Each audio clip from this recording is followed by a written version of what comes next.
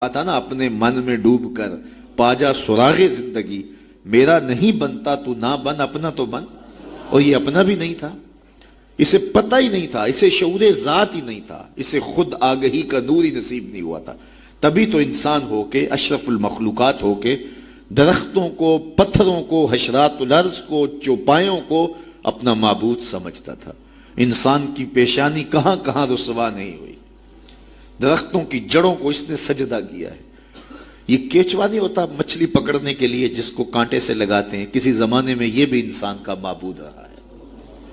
پتھروں کو اس نے معبود سمجھا، بہائم کو، چوپایوں کو، لٹکتے پھلوں کو، برستی بارش کے قطروں کو معبود سمجھتا رہا، بادل کو معبود سمجھتا رہا، تنکوں کو، حشرات الارض کو، بہتے پانیوں کو، جلتی آگ کو اور چلتی ہواؤں کو اپنا معبود سمجھتا رہا۔